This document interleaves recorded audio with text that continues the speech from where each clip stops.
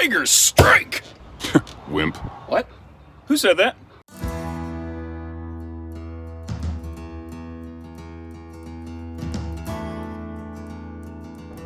$5,140 gray wolf coming in.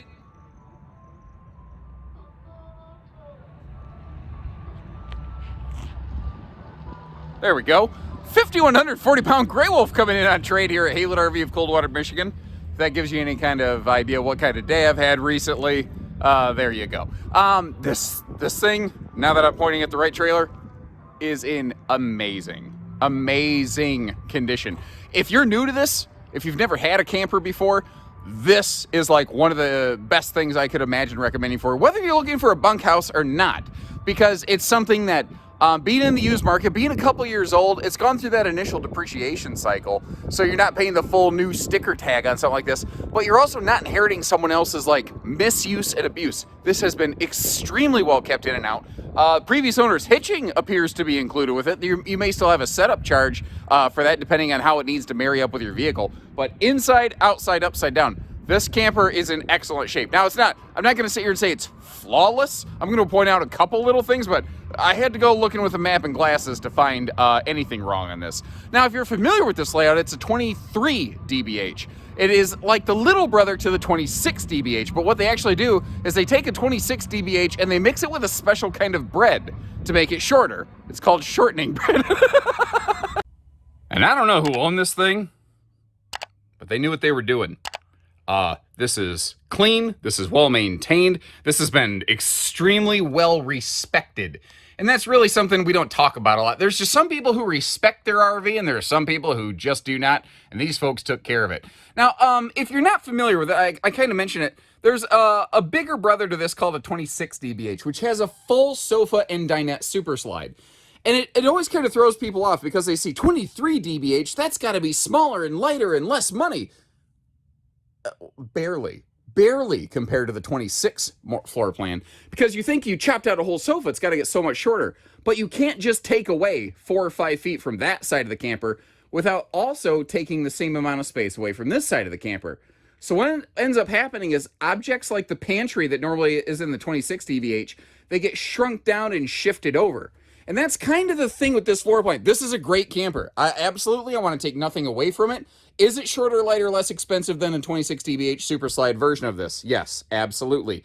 Is it significantly shorter, lighter, less expensive? Not really. Now, that discussion that I just gave you is primarily based more upon the new RV market than the used RV market, because a lot of those rules kind of go away. Like, you know, unless we magically had another 26 dBH in stock used of the same generation and condition, it's just not a comparison you can really draw. I'm kind of putting this out there to explain, like a lot of people ask, why don't we carry this more frequently in our new RV lineup? It's not that it's a bad layout. It's just that pound for pound, when you boil them down, you still need the same tow vehicle to handle the 26 or the 23. It is nice this is a little bit shorter. Maybe that makes a difference on a couple parking spot kind of things, though. This is still central air, which is nice. It is not floor ducted heating, you may have noticed. That's just one of the things that's a little easier about keeping this one clean, although you do have a little bit of carpet in the slide floor. Actually, let me talk about that. Handy little pro tip here from your Uncle Josh. Go get one of those computer chair roller mats. Cut it down to size and screw it down under those dinette pedestal supports right there. And there you go. You effectively created your own carpetless slide. Easy. Little dowel rod style ladder to get to the upper bunks. And I mean, look at the care put into this. So you got foam topper pad on top, original factory mattress, another foam topper below that. So, you know, that's all tripled up.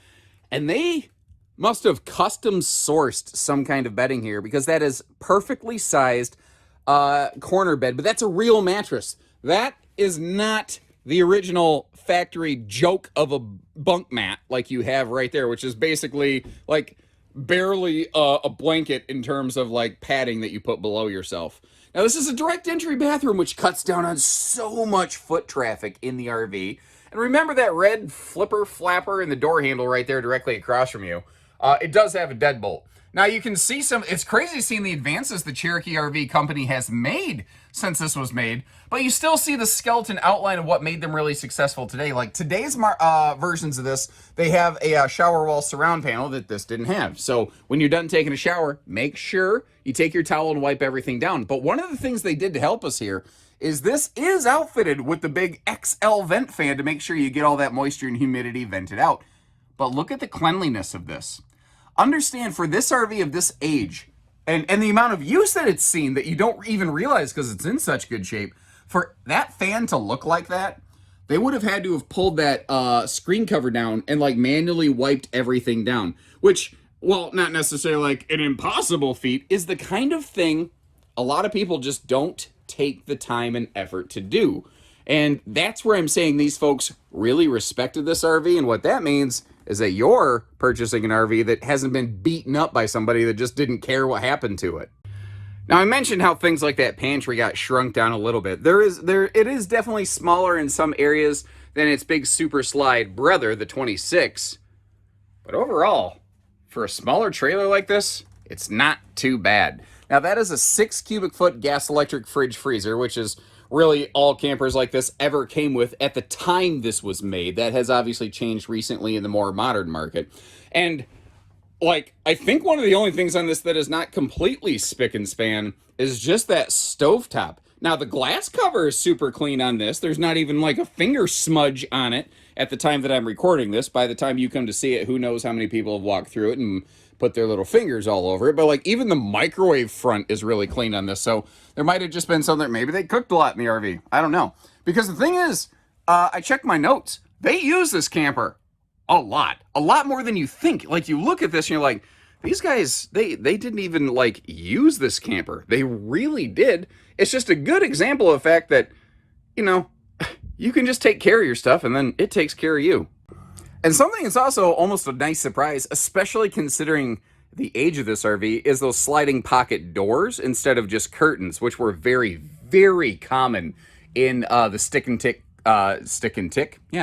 tin classification of RV when this was made. But once again, you really see the basis for today's Cherokees outlined in this. They just they use this as sort of a launch pad. And this was really one of the years, Cherokee had been a top 5 brand for a long time.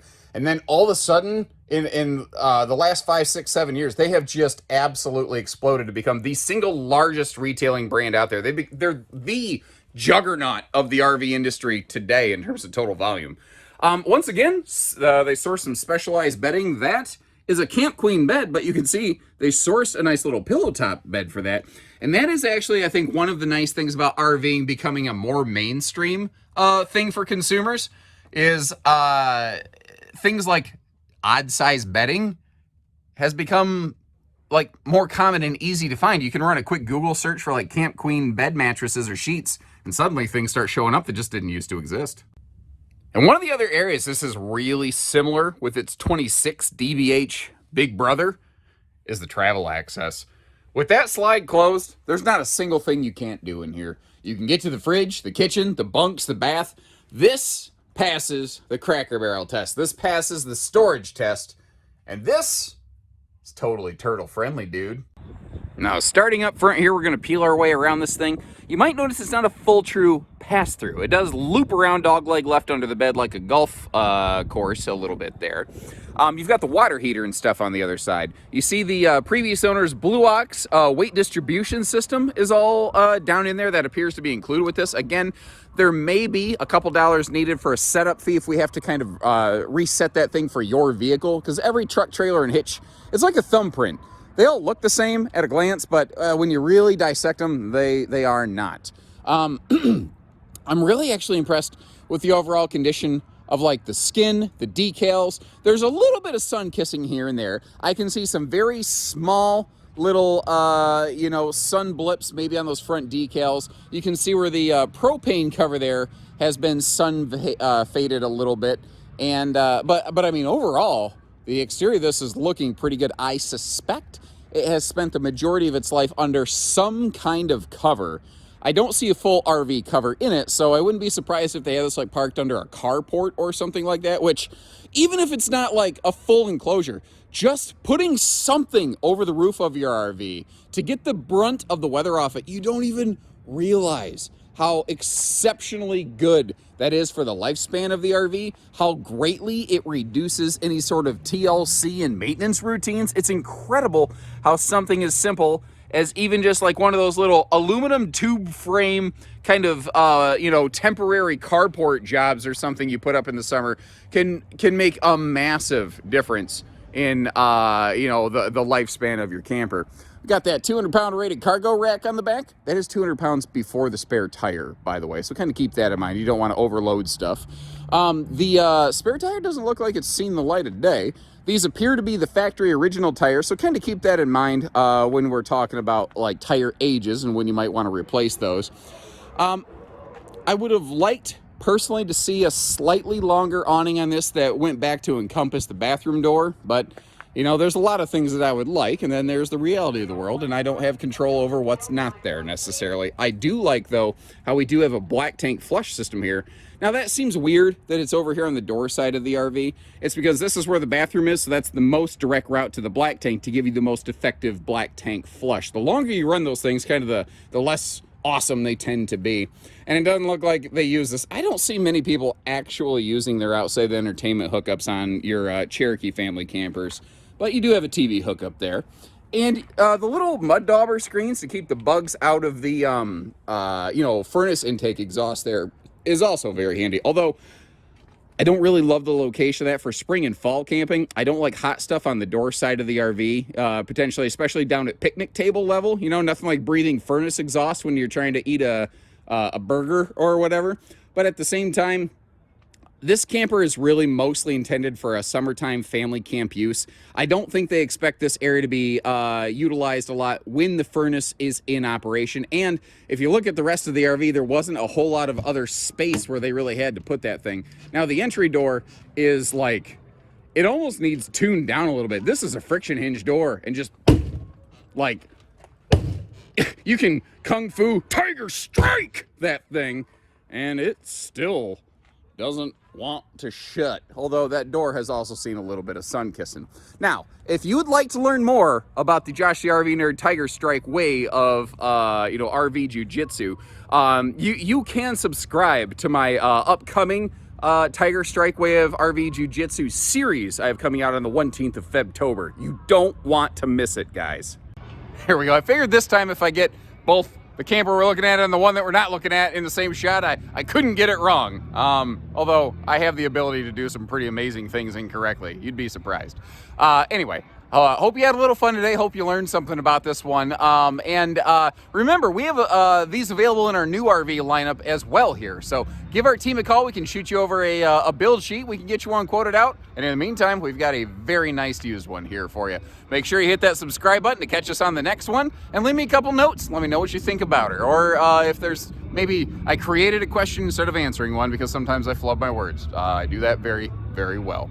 So take care, stay safe, have fun, and enjoy that shortening bread, everyone.